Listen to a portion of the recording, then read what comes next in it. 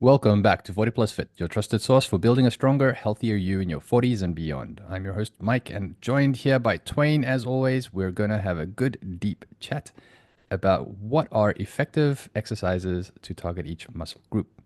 This will be a real gym bro chat, so be prepared. If that's not your cup of tea, perhaps go to the next episode. No, What do man, you? I think even if that's not your cup of tea, hopefully this episode will give you some ideas for things you can do for your workout, especially if you want to develop certain body parts. Yeah. All Yeah. right, so what we're going to do is this is a real unstructured chat today. Hmm. But we're going to run with some structure just so that there's some semblance of a beginning and an end. And we're going to run through the different body parts that we have. Yeah. And Twain is going to give us his preferred exercise that he has found that has worked best for him and probably for his clients over the years to get the best results from that. And here and there, I'll pop in and give my experience and my advice for what it's worth in this particular kind of area. We'll see Yeah. how it goes, and hopefully you'll find it entertaining and informative. Yeah, let's go, man. All right, I'll so I start. think let's start with one that a lot of people will be chatting about already or Hmm. thinking about already, and that is the ultimate dude workout, the chest, the the pecs. Oh, it's funny, man. What Uh, what would quick, be quick, your go-to? yeah, quick fun fact here. I hate training chest. Like that's okay. I wouldn't say hate, but it's not my go-to body part to train. But if I would had to give you any sort of recommendations, I would definitely say some sort of a pressing, like a dumbbell bench press, would be a great movement. If I could only choose one, which is not a very good question in the first place, because there's so many to choose from, but I say dumbbell bench press, you can't go wrong with that. Uh, and if you don't have any weights, even just basic like push-ups are a really great chest builder to a large degree. Then on top of that, second to that, I would say adding some sort of a chest fly, flat chest fly or incline chest fly. I would say if you're already doing a flat dumbbell bench press, add in a incline chest fly. And pretty much that's it, like you are pretty much covering the entirety of the chest. You know, when you talk about the press, right? Yes. What's your views on the flat press versus incline press? If you could only do one, I would usually suggest doing the flat press. I think there's this prevalence of people saying no, no, no, do the incline press because you want to build more of the upper chest. You don't really want to have too much lower chest, so you don't end up with like boobies versus a full pack, right? But the reality is that the if you do it right, like if your form is good on a flat dumbbell bench press, you actually hit both the upper and the you basically hit the whole entirety of the chest, including the upper chest. Well, when you do the incline, what you're doing is you're just doing the incline, like hitting more of the upper chest and minimize and reducing the impact it has on the lower chest. So it's not that you're getting more upper chest, you're just doing less of the middle lower chest when you're doing an incline. And the more incline you go, that obviously it biases more according to that spectrum. So if I had not much time and I really wanted to get in like all the heads of the chest, right? The sternal head, which is the upper chest head, and then the clavicular head, which is the upper chest, sternal head, which is the middle lower. Then I would just do a flat dumbbell bench. Flat dumbbell press. Yeah, flat Okay. dumbbell press. Yeah. And then you mentioned flies. What are your thoughts on dumbbell flies versus cable flies? Oh, I would honestly say a cable fly probably works best. Actually, if you have one of those fly machines, probably those would be the best options. There are a variety of different machines, but for our purposes, I would say, yeah, any machine probably would be better than just doing the regular dumbbell. And the reason why is because the dumbbell, the way the force curve is, it kind of has not much tension at the top, and then at the bottom, suddenly you have all this tension, right? It's very similar in the same way to the machine. It's the same kind of force curve, but it's not such a big difference. Meaning, even at the end, when you're trying to squeeze in, you're still having a lot of active tension, a lot of active force pushing against you because of it's a machine style. Same with the cable, but machine would be better just because of the way the machine is made. But a cable kind of replicates the dumbbell, but it has a lot more consistent force all the time. And then the dumbbell will be the one where at the top you can kind of like hold it at the top and rest it in between reps if you needed to. So it's really just a case of the way the force curve plays out for these exercises. So machine flies. Machine flies. I find that Yeah. the nice thing about the machine flies is that it's very difficult to cheat compared to the other two. Yes, definitely, 'Cause it really definitely. locks you Like, into you know, yeah, you the can't really like swivel your or jerk your upper body around to just get the weights or end up going. doing a press like with a dumbbell. Yeah. Yeah, you end up like your arms are like straighter at the start, and then after they kind of come inwards a bit more. Correct, correct. Yeah, so I find that's the thing. So if you have access, so flat dumbbell, bench press, and machine flies if you have access to Yeah, the machine. yeah, Otherwise, any other variant of flies. That would be your best advice for that particular for chest, definitely. chest. All right. One unspoken one, I would say is dips.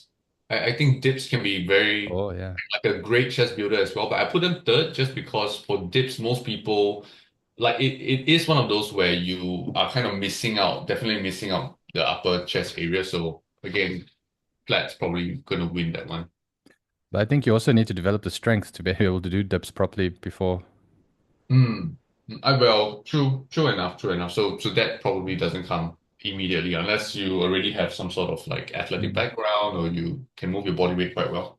Because I know like there were times when I took time off, like lengthy times off from workouts and Yeah. added a fair amount of weight, and then you end up going back to the gym and you jump on. It's like I used to do this dips quite easily. Let me show you. And you jump on there and off you go, and it's like, what the heck? I can only manage 3 or 4 reps, so this is ridiculous. And then it's like, oh, okay, no, I'm like a lot heavier than I was last time. So Way the next one we reality. would jump to would be delts. So Okay. delts meaning shoulders. Yeah, this one is actually quite a contentious one. I think I've seen some people online talk extensively about like, oh, should you do overhead presses or should you just do lateral raises? Honestly, it's kind of similar to chest in a way. I would say you probably want to make sure you have some sort of lateral raise. I would prioritize that first. So some sort of lateral raise movement. My personal favorite for that is actually doing a cable, single arm cable version. I find that those hit really well throughout the entire range of motion for the same force curve reasons as I mentioned in the chest section. But other than a lateral raise variation, then going into some sort of a shoulder press variation. Now, dumbbells are definitely good again, just because you can line them up a little bit better with the shoulders as opposed to, let's say, a barbell. Um, yeah, a barbell or spin machine. So dumbbells would be my first option. An alternative to that would be any of those shoulder machines as well, because the shoulder machines, again, your arms can be put into a position where it's really nicely by the side of you, in line with the way the delt fibers would be. So with regards to the shoulder press, then would it be seated versus standard? Standing. Standing. Well, if you're just like concerned about shoulder development, I would say, yeah, just do it seated. I think that's a lot better just because it's a lot more stable in that sense. You probably will find that when you do it standing, you will be able to do a little bit more weight just because there's a little bit more assistance from the legs, a little bit more core strength and drive from there. So definitely seated if you can, if your goal is focusing on developing the shoulders. I found like when I was younger, one of my favorite exercises to do was shoulders, or muscle groups to do was shoulders. And Mm, so because of that, I saw most of my development come through the shoulders before a lot of the other muscle groups that I was working out. yeah, And so there were just 3 exercises that comprised my shoulder workout. One was the shoulder press, but a seated shoulder press with a barbell. yeah, Then the next one was lateral raises with a dumbbell, yeah. but we did that as a superset. So there were 3 sets in the superset, and Mhm. each time you went lighter, lighter to just Oh, you mean like a drop combat the set, fatigue. rather? Sorry? Like a drop set? You Like mean? drop sets, yeah. So you keep going 3 of them. So Yeah, you start off at like say 12 kilograms, then go to 10 kilograms, and then go to 8 kilograms, and you complete the sets that way. And yeah. then the other one was one that we called around the world. I'm to this day, I'm not sure if it's an actual workout, but it was shown to us by this Argentinian bodybuilder. Yeah, Uh, and so what you do is you lie on an incline bench, and then you lift it up as if you're going into like a bench press, an incline yeah, bench press, and then you bring it down as if you're doing that bench press. But then after that, you let the weights fall backwards, and you do a yeah. full rotation swing all the way around until you end up back in the starting position of that bench press. So you have that strain on the shoulder the whole way around. And Yeah, it used to kill us. My friend and I, we used to go, we used to eat this. Oh, well, we used to do this exercise. And then after that, we go get some food to eat yeah. and a drink. And then while you're trying to drink, it's like shaking. You're trying to get this drink Good into your times, mouth. man. Good times. Yeah, so it was quite a workout. I mean that's a great one. The around the world one. That's just a variation of it's kind of like a rotated cuff exercise. But a lot of these rotated cuff or style exercises, they are often thought of as just rehabilitative stuff. But there's some of them where you can actually load it up quite well. So a common one is the Cuban press, the one where you lift up the dumbbells with kind of forwards. You kind of do that rotation, you press them upwards and then you can let them fall down, kind of 90 degrees to your body. So it's like you're doing a lateral raise, but it's 90 degrees to your body. And then you do that external rotation where you bring it up to the side and you press it up. Yeah. For those of you who are listening, I'm not probably not describing it the best, but if we had video, you'd probably be able to see it. Anyway, just search up Cuban press. You'll be able to see what I mean. Mm. That was like a very common one to include like back in the day. I think a lot of these ones are like nice to do in addition to, as you mentioned, doing your press, doing your lateral raises. But if you're really short on time, I probably wouldn't waste too much time with Yeah. them. Yeah, You know? nowadays, my go-to is very much what you're saying. I do the shoulder press and I do the cable lateral raises because I find Yeah. that keeps it most tension under the delts when you're using the cables. Oh, that being said, like I do think it's worthwhile to explore, doing the lateral raises first, then you go into the presses. It seems to have a nicer impact on the shoulder recruitment when you do the actual presses itself. Would that depend on your goal? Like if your ultimate goal here is more strength oriented, would you then focus on the press first before coming into the raises, or would you still suggest that? No, no, if your goal is to raise up your shoulder press because you want to raise up your shoulder press, then sure, do the shoulder press first. All right, so lateral raises and shoulder press. Next one, back. This is probably my joint. There's two that I hate. This one is joint worst workout that I despise. Really? Yeah. Wow. I love back, man. I love training back because back is one of those where I feel like if you have a really well developed back, right? Like a Ninja Turtle type back, you can't fake that. You know what I mean? Like that's a sign of somebody that's bristled, I feel. Yeah. Because you have to do all the really, I wouldn't say really intense stuff, but you have to work pretty hard to develop a nice back.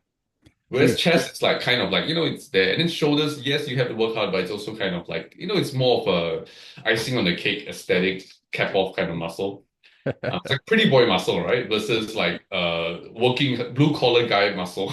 If That's you why will. actually, because it's that intensity that comes with the back workout. That's what Yeah. I'm not so keen on because you do the workout, but And then you're then sweating. I'm quite uh, pardon the probably the pun here, but I'm flat on my back for like hours after trying to do recovery after this workout because I don't know if it's because the workout itself it takes over so much surface area with regards to the muscles that it Yeah. fatigues you Yeah. more than And, than and the and for rest. good reason, right? Because yeah, and for good reason, right? Because the back is comprised of actually a whole multitude of muscles.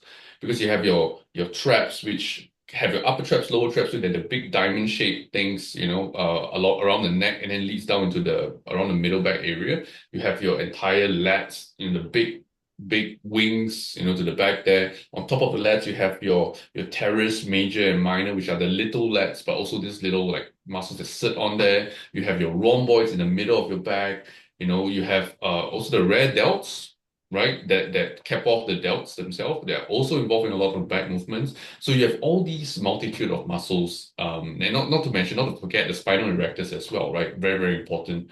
So there's so many different muscles here, and so when you want to train them, you probably will have to do a whole different variety of exercises to make sure you're hitting all of these muscles. Now, doing some basic back exercises, I think if like you talk about bang for your buck, any kind of roll motion, and usually I would actually recommend a cable. Okay, no, sorry. The first exercise I recommend would be any kind of chest supported heavy roll. So it could be a chest supported T-bar roll. That's you have that machine. It's actually a great one to have.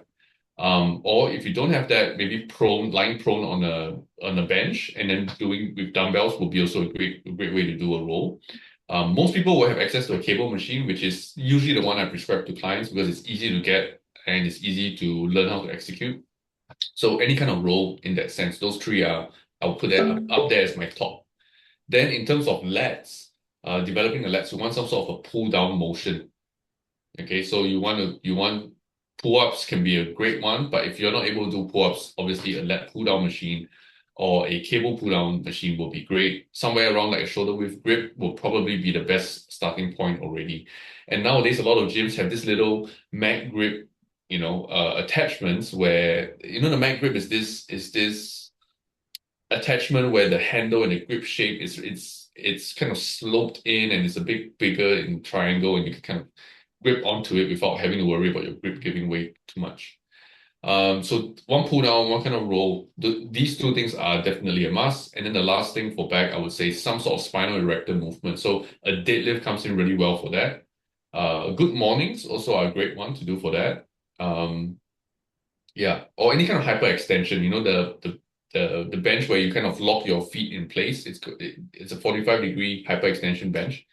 You lock your feet in place and you just kind of bend over and come back up. You can do that with weights as well. It trains the lower back really well. So Okay, those I'll will be take your word for it. my top three picks. Yeah. I'll take your word for it. I won't add in any on this particular muscle group. Well, I mean, one last thing I want to add is that for back, the tricky thing about back is that because for most people it's not a very intuitive muscle group, right? And if you're not aware of like all the different muscles that are on it, you won't really know how to hit the back in a sense.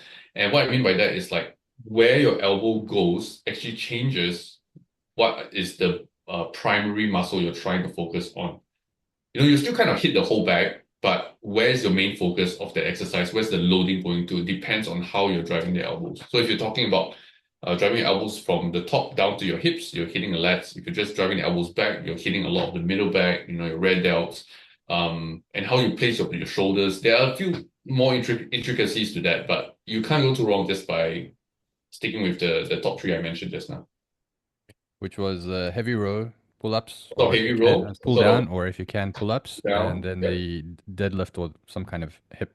some sort of lower back extension, basically. Yeah. Okay. Now we move into the next pretty boy muscle. I'm sure you know which one this is.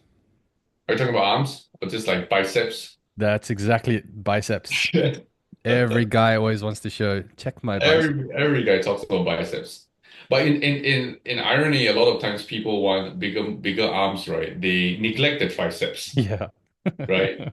And always focus on the biceps because Arnold had huge, mountainous, peaky biceps. Um, but we'll talk about triceps later. But anyway, biceps, you can't go wrong with a curl. Like literally just do, I would say just a preacher curl. Put your arm on an incline pad and then you just like the dumbbell in hand and just curl. Like you get away with just doing that exercise, you probably will be good. There are other variations you can do, incline where you lie back or lean back on the bench and you do an incline curl that way. That's great. But yeah, I mean biceps are pretty straightforward to be honest. Hmm. I think my favorite workout with regards to biceps is the 21s. Oh yeah. That's a variation of It's just a curl, yeah. yeah, of Yeah. doing it, I guess. But Although I always find the 21's just a little bit self-limiting because you have to choose a weight that kind of gets you to do the seven, but at the same time also it's like why seven? It's so arbitrary. Why not call it the 24s? Why not call it the 30s, It's so arbitrary. So you're more dictated by the arbitrary number, and you might Mm. stop well before you've really pushed the muscle well. Yeah. So I don't think in that sense, if I had to improve to 21, here's what I would do. Um, what I would suggest is you do a full, sorry, you do a so the traditional 21s for those who are not informed, right? Correct me if I'm wrong, Mike, but I think it's top half 7 times, bottom half 7 times, and then try to do full 7 times, Correct. right? Correct. So if we talk about mechanical loading and challenge to the muscle, the top half is where it is probably, we call it the shortened position, and it's where probably if you're doing like a bicep curl, it actually doesn't, it's not very really that difficult in that sense to do. So mechanically it's actually not the toughest. The bottom half, that's where, yeah, you probably are, it's like pretty tough, where you're going from almost purely relaxed because the arm is just hanging straight down, and then you're going immediately against gravity, where that's the most force against gravity, right? So that's probably like the most challenging set. And then the full range of it, because the force curve drops off, like once you pass that midway point and you bring it up and closer to you, you're kind of like reducing a little bit of that force on the bicep already. So the full range of motion would then be, and we're talking about a standing bicep curl, right? So the full range of motion would be like the middle difficulty. The top half would be like the easiest difficulty, and then the bottom half would be the hardest difficulty. So what you usually do is you try to do the hardest difficulty first, and then you slowly make your way up to the easiest difficulty, so to speak. Yeah. So one way you could do that is you could start off with the bottom half first, then do it full range, and then after that do it just top half only. Mm. Yeah. For the purposes of this one as well, you could try the reverse order and see how that goes for you, but I reckon it probably won't be as effective as what I mentioned. I usually use the 21s as a finisher. You know, like after Yeah. you've done the workout, you're quite fatigued already. You just go and Yeah. you whack this out, really just to get that real pump that Yeah. it fills your shirt sleeve for a couple of hours. Yeah. I But mean, I it's don't already focus on fun. focus on 21s as the muscle builder. I've actually done all of the real effective um, bicep workout before I actually go into that. And as I say, I just use it for that pump. But I Yeah. love the pump that comes with it though. Yeah, for sure. Well, I Right. mean, if you do it the way that I described, you will get a really good pump. Trust me. So you said preacher curl. What was the other one that you said? Oh, just a preacher curl, and then maybe some sort of incline curl. So you're lying back on the bench at the incline, about 70-degree incline or so. All right. What are your thoughts on these ones that do curls in the squat rack? I don't think there's any issue. It's just doing a regular curl. It's just that you're taking up the squat rack to do so. If Yeah. you if the gym is empty, by all means. But if the gym is not, and somebody wants to use the squat rack, please don't be that ass that takes up the squat rack to do the curls. Let people do the squats in the squat rack, and then go and do your curl somewhere else. Yeah, there's a bit more of a boost to have the bigger dumbbells than to use the empty barbell, right? For sure, for sure. But I think, yeah, I mean, if barbells feels great for you, you can use that. It's not too much of a, I would say, downside to it. I will say though that for most people, dumbbells probably feel better because of the unilateral kind of nature of it, since the loading is, separate out to each hand. And that probably just feels a little bit better for most people. And then you can supinate a bit more, which just means like turning your hand or turning your thumb upwards, rotating away from you, right? Supinating that forearm a bit more. And Yeah. then final one with regards to biceps, cable versus dumbbells. Same issue as the laterals or actually no, sorry, not the chest, but same issue as the laterals. I think cables will have a lot more, obviously will have a lot more of a consistent tension to them. But I don't think there's actually too much of a difference, to be honest, because um, if you want to do cables, I would recommend the incline version. You probably want to do a cable with that one because at the bottom you still have like the heaviest amount of tension, which is where you kind of want that tension to be. And then if you're doing the preacher curl, you probably don't have to do it with cables. You can do it with a dumbbell because at the bottom, that's where you're going to get the most tension too. Yeah. Okay. So biceps generally, you get a lot of tension from the bottom to that midway point, and that's kind of where you want the most loading to happen. Okay. Yeah. All right. Let's jump to the other one, the triceps.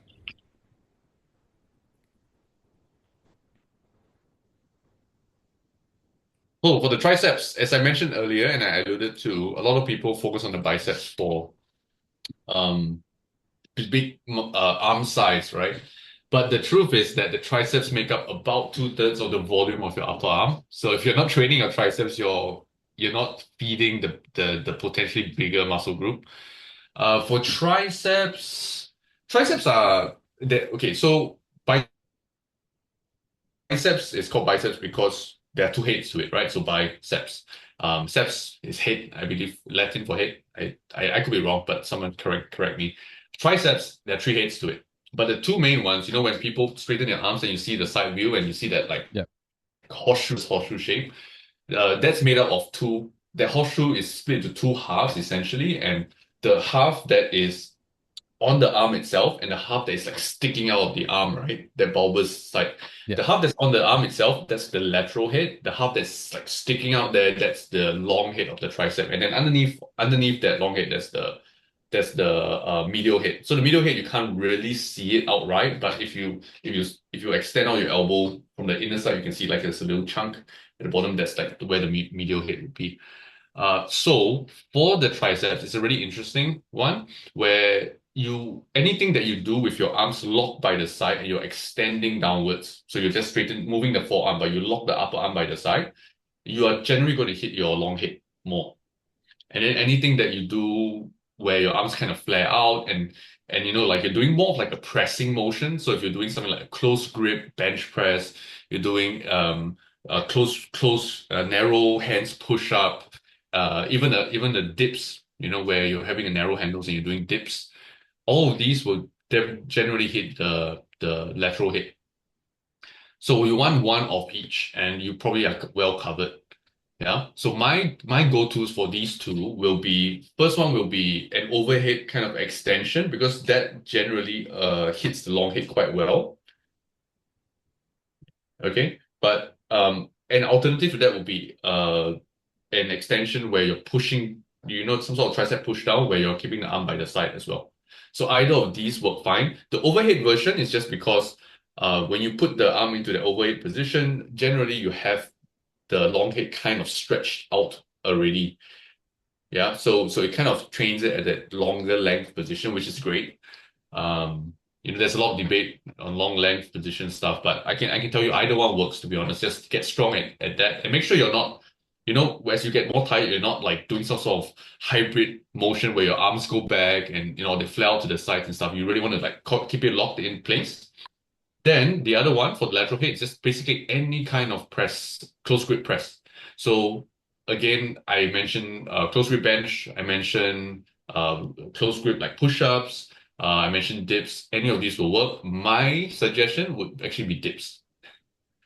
Yeah, weighted dips. I find weighted dips are a great one for that. Or second to that, I would say a decline close grip bench. I find that these two tend to hit the lateral head really nicely. There was the other exercise that you introduced me to as well, the one where you bring the bar down to your chin. What was that called? JM press. So JM press. yeah. That's also quite So effective, I find. that one's quite effective as an overall thing because it's kind of a hybrid extension and press. So that one's good if you are in a pinch and you just want to do one exercise. I would say, yeah, maybe just do that.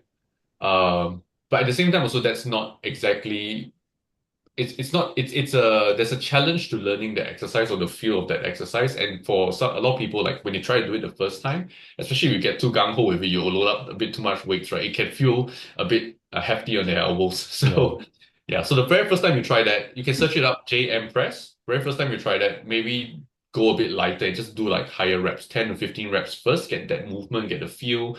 You honestly will get a really good pump already. Yeah. Yeah. All right. Let's move on to something that will interest the ladies, Yeah. the glutes. Oh, glutes. So glutes are primarily the two big chunks of the glutes you want to train. Most ladies just want like a nice full round glute, right? So the big roundness to the glutes comes from training majority of the glute max. But I think I think there's this thing where sometimes ladies find that their glutes get very um what do you say? Not round, but like very squarish, so to speak. So at the top of the top range or the upper shelf of the glutes there, it's kind of where the glute medius muscles will lie. So you want to train those as well. Now, for the glute max, honestly, if I had to give top exercises, it's I would say you would want to do some sort of hip thrust. Okay. The science technically does not back that up very strongly. If you talk about E and all that sort of stuff, but I think for a large portion of the female population, they want to grow the glutes without stressing out the quads too much. And while technically you can do really deep squats, you can do really deep lunges and all, and that will really impact the glutes well. I find that just the hip thrust alone is a great glute builder, especially if you learn how to squeeze and maximize the contraction at the top and you hold it there and you start loading it up. You like really go heavy, like challenge what you think you can do. Don't stick with like one teeny tiny plate on each side. Just like load it up, over time and get really strong at it. Your glutes will grow 100%. And the benefit is your quads won't really grow too much because your quads don't get very much stimulus in that movement. Yeah. So that's like top, I would say, for glutes for most ladies to do. If you don't mind a little bit of quad stimulation, I would actually recommend walking lunges because the way walking dumbbell lunges specifically, not just any other lunges, but walking dumbbell lunges. The reason why is because when you hold the dumbbells by your side, it actually allows you to shift your center of gravity onto that front leg, but keep your hips back. And so you find that it will stretch the glutes in a very unique way. So you pause at the bottom.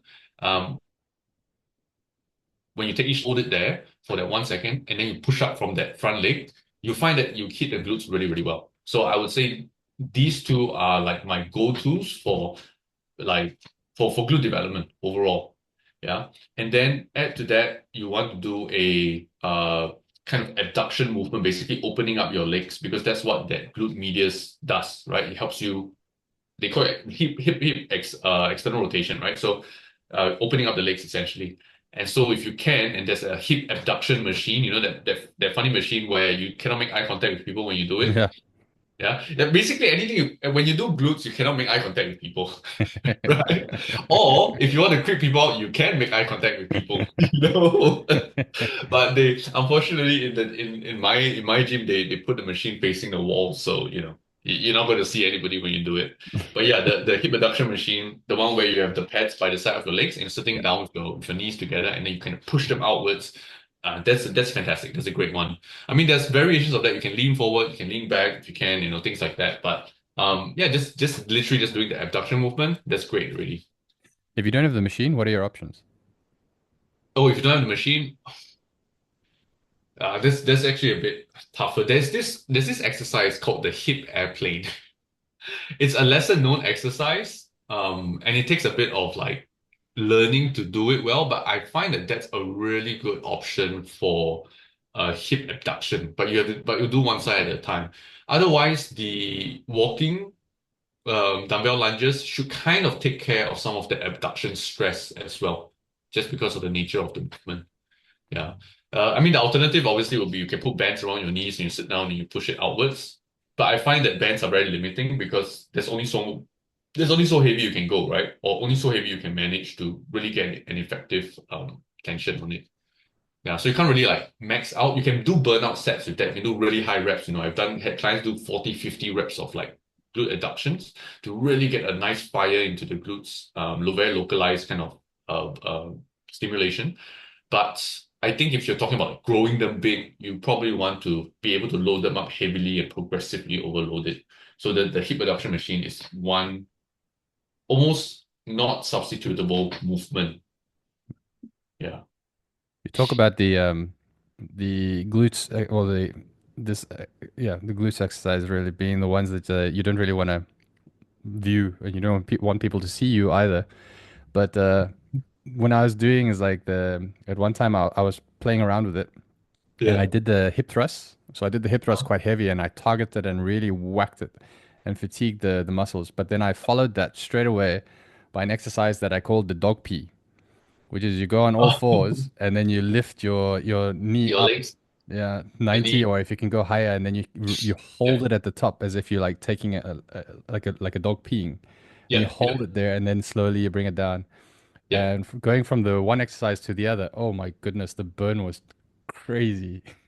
Yeah, yeah. I think we the term or the exercise term, most people call them fire hydrants, I believe. Is it fire hydrants? Yeah, yeah, I think it's called fire That's hydrants a because more like PC like you term. say, dog peeing at the yeah. I mean that's definitely a great one as well. That takes care of the abduction part of things, right? So, but yeah, hip thrust and you just do some sort of lunge, a rear lunge that is focused on like the hips. So even if you just do a stationary lunge where you're stepping backwards, a reverse lunge basically, that also works well as well. You can do a more aggressive version of that, which is like a step down. So you see sometimes people standing on the bench and then Mm. step down. Yeah, Okay. that's also a very good version to do. All right. Let's jump on to, we've got three more to go here. Let's see if we can Yep, do it let's quickly. go. Quads. Quads. Um, Quads are actually quite straightforward. You want some sort of a squat style pattern, and then you want some sort of a leg extension. So leg extension is pretty straightforward, right? You just sit in the machine and you extend your legs. Squat patterns doesn't necessarily mean a barbell squat, especially if you're talking about training the quads. If you are built to squat well, you have certain proportions like an Olympic weightlifter, yeah, barbell squats will work wonders for you. But if you're built like me, I'm built like the kind of like the Slender Man if you try to do bodybuilding. So that's kind of my proportion. So I have very long legs. And a lot of ladies will that are like okay, like these are general female proportions, and a lot of ladies that are maybe like 155 plus will also experience more or less the same issues where the femurs are just very long, the legs are overall very long, the torsos are really short compared to the legs. That's the female proportion, right? And um, when you try to do barbell squats, you end up sitting back all the way and doing all sorts of weird shit. So regular barbell squats won't cut it for you. You probably want to use some sort of a hex squat machine, some sort of machine that allows you to maintain a lot of the stress on the quads themselves. That allows your knees to go forward and maintain a lot of stress. When you have such long limbs, your knee your knees will go way past your toes already when you're only halfway down and you still have like another halfway to go. So you have to be able to place your feet at a certain point that will not be the same, that will not be the same as somebody who's he's shorter. So this is more to do with an anatomical proportions. So again, hex squat is probably great. I think the easiest one and most accessible will be a leg press. So if you're a leg press machine, I don't think you can go too wrong. You know, not every gym has a hex squat machine, unfortunately. I really love those. In place of a hex squat, you could try a Smith machine squat and see how that works out for you. Place the feet slightly forward a bit and see how that works. The idea here is to keep as upright as you can while allowing your knees to travel forwards past your toes. So that's always the key to training quads.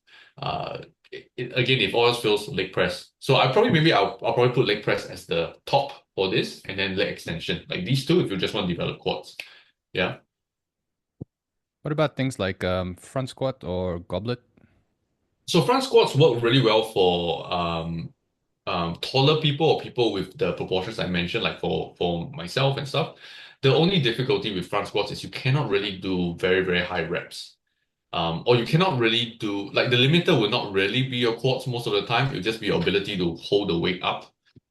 So you might do 5 reps and your quads will kind of get some stimulus, but at some point they're not really going to grow very much from those sets of 5 because you'll just be like falling forward, the upper back, everything will cave. And that's the limiter, not so much your legs. Yeah. But I mean, but they're great exercise, don't get me wrong. Like it's a great way to progressively overload the quads, but then you want something to stimulate even more hypertrophic growth. Then you would do a leg press after that, for example. All right. Hamstrings. Hamstrings. Hamstrings are if you're talking about purely like increasing the hamstring size, I would say any kind of hamstring curl would be the topmost thing you want to do. So if you have a prone leg curl machine, if you have a seated leg curl machine, either of these will work really well. I would usually favor the seated over the prone, but yeah, but I think either of these will be top. If you have access to what we call a glute ham raise machine, oh, probably you might want to work your way up to being able to use that. It's basically where you do a hamstring curl with your body weight. Yeah, so it's a really cool and exercise that's I think functionally also quite cool because it teaches you how to keep your body in a certain position and strengthens your hamstrings in that position. So it really does increase the strength of your hamstrings. If that's more of your concern rather than just pure size. There's this other exercise you can go and Google it. So you can write it down. It's the Nordic curl, Nord. Yeah, the Nordic curl. That one's a bit more challenging to do. I mean, it's challenging to do physically, but it's also logistically, you need somebody to either hold your feet down or you need to Yeah. find a point where you can anchor your heels properly. And you need Uh, a soft space to do it so that when you fall flat on your face, it's not too painful. so usually you put your hands in front of you so that you can catch yourself just in case. So that one's great, and then you can progressively work with that by putting bands around you so that it offloads the bottom part a little bit, so it's progressive. Can search that up online. There's tons of videos for that, for sure. Yeah, I think any kind of leg curl like this, and then some sort of hinge pattern. Again, stiff leg deadlifts, Romanian deadlifts, either of these two probably work. The difference really is just that Romanians allow a little bit more knee bend, so you use a bit more glutes. You probably will be able to go heavier. Stiff leg deadlifts are less forgiving in the sense you don't want to have too much knee bend. And or if you can even keep the knees as straight as possible. Like some people have that ability, but you don't necessarily need to. But yeah, just basically your knees don't move, they don't bend, and then you are doing the deadlift motion. So you will unlikely be going all the way to the ground. You might slowly work up to that if your range of motion increases, your strength, all that kind of stuff. But yeah, you probably won't go all the way to the ground. Okay. And then finally, we will jump into Twain's favorite muscle group, the The calves. calves, yes. And we say favorite because like for the longest time they were pitiful to look at. I used to have grapes on a stick if I were to describe my calves. And right now, I think I have grapefruits on a stick. Uh, they're not going to be like transformer like, top level IFBB pro calves, but they have come a long way, and I think they've developed up quite well. So if there's anybody you should be taking calf advice from, it's me. Okay, because I've tried every single thing to make them grow. And what I found honestly is that any kind of straight leg calf raise will work, but it's how you do it more than the type of exercise per se. So what I like to do is I like to use the leg press machine, and I will, you just lock your legs straight, and then you use your the balls of your feet and toes to kind of press into the platform, right? So you're working your calves by pressing it that way. Mm. But the key here is, and this is a bit more specific, is to actively hold the bottom stretch position. So allow the weight to kind of come back, right? As you resist the weight, and you'll find that your calves will be stretched out. Your feet will be in that dorsiflex position, which is basically where you pull your toes up towards your knees. So that's a dorsiflex position. And you hold that position, actively hold it, meaning you're not letting the weight just push you and you're passively stretching, but you're actively trying to resist and hold the weight at that position for at least 3 seconds, every rep. So you do that, hold that for at least 3 seconds, and then you push again, and then you slowly, lower it back down, hold at the bottom again for 3 seconds, and then you repeat. And I find that when you do that well, and you slowly increase the load over time, and just give yourself enough time. I mean, it took me only what, 2.5 years, 3 years to get some decent size on my calves. Um, yeah, then they will grow. Yeah. So really that's the main thing. Um, then secondary to that is if you want some variety, you could probably do some sort of seated leg calf variation. Now I think that nowadays a lot of the gyms tend to have a seated calf raise machine, so you can use that. Yeah. Alternatively, you could always just sit down and like kind of put dumbbells on the top of your knees, and then you just use that as well. Or There's if many you ways got to young do it. kids, you can just put them on your knees and You know, Yes, do you could the actually do that.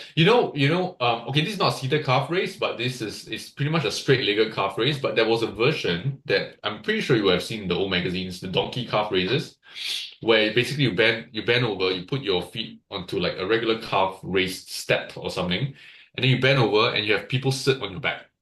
And you use that. And that's what they used to do. You see old pictures of like Arnold with, I don't know, Franco Colombo on sitting on his back and some other guys or whatever. Um, I mean, a very suspicious looking photo for sure, but but hey man, we don't judge, anything for gains, right? That's right. All right, That's I right. think we've covered it all. We've hit every muscle group here, and Yeah, I think we did. yeah. So I think that's been quite a fantastic overview on on how we can strategically target our muscle groups and ensure better Yeah, results. And it's clear that understanding the fundamentals of exercise is always selection to key, or yeah, the fundamentals of exercise selection is key to maximizing our efforts in the gym or at home. 100%, man. So I But think also as yeah, a as sorry, as also as a quick disclaimer, I do think that it's important to experiment, to try like whatever I've said, all these exercises that I've mentioned, these are things that I've found in aggregate work really well for most people. yeah, But you still have to try it out and give it a shot, two, three times, give it a run and say, hey, do I really like it? Is it working for me? If it's not, then just yeah, just lose it. It's fine, right? As Bruce Lee always says, just absorb what is useful, reject what's useless, and that's how you make the progress. that's right. So these are basically giving you a good foundation for you to build from. If you still have any, you're not sure, or you want some more clarification, we always recommend that just consulting a trainer. We do offer our own training ones that you can even book a call here with Twain himself, and Hmm. you can walk through and see if he can assist you in your fitness goals. So you can hit that on our website, 40plusfit.com. That's FORTY plus PLUS.com. No, well, 40plusfit.com. And yeah, I think we'll call it on that. All Any right. last words, or you're okay? Nah, I'm good, man. Thanks so much, Mike. It All was right, a awesome. fun So one. we'll catch you all in the next episode. Keep Yeah, on we'll see you lifting, guys. lifting smart, and stay strong.